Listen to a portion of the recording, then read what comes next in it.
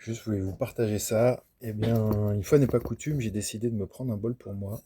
Ça arrive dans la vie d'un potier de se dire, ah, bah là, il y a vraiment quelque chose, ça me plaît, ça me parle, ça me ressemble. Et bah moi, c'est ce genre de pièce-là. Donc, on est sur un grès de composition. C'est un moitié de grès blanc, pâte de grès, qui a rien d'exceptionnel, mais qui fait une pâte très solide, de chez Serradel, qui s'appelle la PT, ah non, la GT 5700B.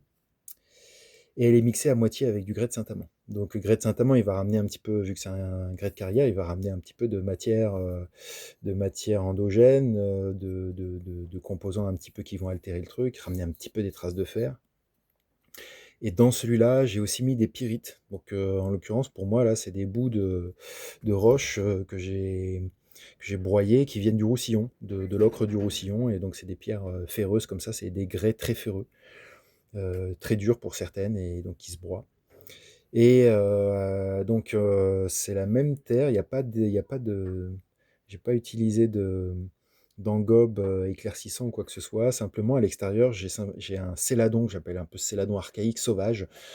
C'est une porcelaine en fait, en poudre de magasin avec un calcium naturel que j'ai été chercher autour de la Loire là.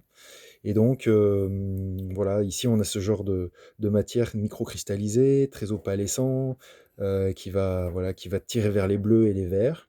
Et aux zones où il a été vraiment impacté par la cendre, ici il va partir d'abord sur des verts foncés, et puis aux zones les plus cendrées, il va partir sur des cristallisations de jaune. J'adore ça, c'est cette transition-là qui passe par les grilles un petit peu. Et on a du carbone trap ici encore, sur le haut de la pièce. Et ça c'est vraiment des camailleux, des gammes chromatiques qui me plaisent beaucoup, qui me parlent, avec ces rouges qui apparaissent en dessous sur la terre brute, sur la terre nue. Ce qu'on voit ici, les trois petits points, c'est les traces on appelle ça un pied de coque, traditionnellement, ou des petits cônes qu'on utilise pour que la pièce elle soit surélevée. Ça évite qu'il y ait des coulures qui viennent coller la pièce, que la cendre elle vienne coller la pièce à l'étagère, quoi. Et, et à l'intérieur, il y a un émail Nuka.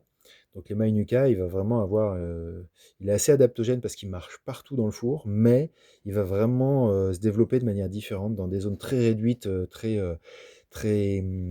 soumises au carbone trap. Et il va vraiment partir dans les blancs, quasiment blancs, un peu fumés, gris.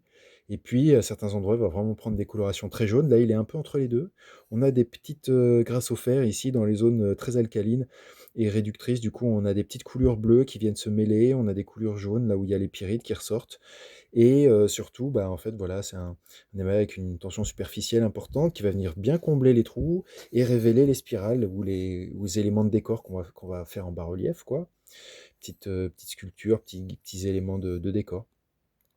Et voilà, et ça c'est un format, moi, dans lequel j'adore manger. C'est voilà, c'est un bol profond. On va pouvoir y mettre pas mal de choses. Le seul truc qui va vraiment être un peu embêtant de manger là-dedans, ça va être la viande, parce qu'on ne peut pas le couper, ou alors il faut préparer la viande à la japonaise, à l'asiatique. On considère que comme on mange en baguette, on n'a pas à découper sa viande soi-même. Donc c'est aussi l'occasion de changer un petit peu le mode de service. Et puis ça va permettre surtout de vachement jouer avec des sauces, la profondeur, du volume. Voilà, et ben du coup, comme j'ai créé cette terre pour un restaurant avec qui je bosse, restaurant Ima à Rennes, en remplacement d'une terre qui n'était pas assez solide, j'ai créé celle-là qui ressemble un petit peu, qui accueille les matières un peu de la même manière, etc. Mais qui est beaucoup plus solide parce qu'elle est basée sur des grès connus. Et l'autre, c'était un grès de briqueterie qui avait naturellement des petites pyrites, naturellement de la chamotte. Il y a une chamotte quand même qui a été rajoutée là-dedans. C'est une chamotte de quartz, donc il y a un petit peu de résidus de feldspath qui fondent de temps à autre, mais c'est principalement une chamotte non fusible qui va juste simplement créer ces tout petits grains là. Voilà, et du coup, moi, c'est vraiment un petit coup de cœur pour moi. Celle-là, elle me paraît vraiment équilibrée, elle est parfaite. Donc, plutôt que de le mettre à la vente et d'avoir du mal à les voir partir, je me dis que j'en referai. Et puis en attendant, celui-là, je m'en accapare. Et du coup, je me l'offre. Et ça me permet déjà de prendre du plaisir avec ce que je fais. Mais va me permettre aussi de le tester et de voir comment ça évolue dans le temps, à l'usure, de tous les jours. puisque j'en ai pas 50, donc je vais probablement l'utiliser de manière assez intensive. Et ça me donne aussi des informations pour moi, après, quand je travaille avec les chefs, pour avoir un petit retour, savoir, s'il se passe des choses chez eux, si c'est normal et comment ça évolue chez moi et cetera. Enfin, en tout cas, ça peut me donner des indications. Donc c'est aussi important. Moi, je vous encourage de temps en temps comme ça à garder une pièce. Déjà, ça vous permet d'avoir le modèle qui vous plaît sous les yeux et de voir comment vous vivez avec dans le temps. Est-ce que c'est pas quelque chose qui vous embête, qui vous ennuie?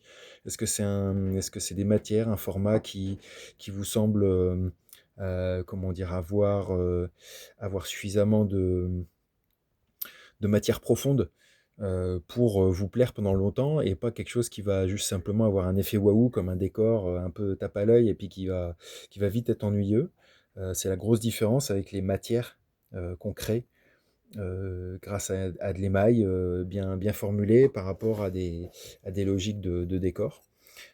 C'est que les matières, elles sont assez intemporelles, elles vont créer avec les jeux de lumière et puis tous les systèmes cristallins profonds et complexes, elles vont ramener une diversité et quelque chose qui va être sans cesse renouvelé un peu selon le contexte. C'est un peu l'histoire de l'éloge de l'ombre là, de la laque. Selon la lumière, les matières se révèlent toujours différemment.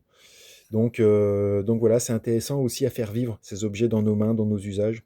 Nous qui créons et qui, bah, du coup, devons aussi avoir une sorte d'expertise sur le long terme, quoi.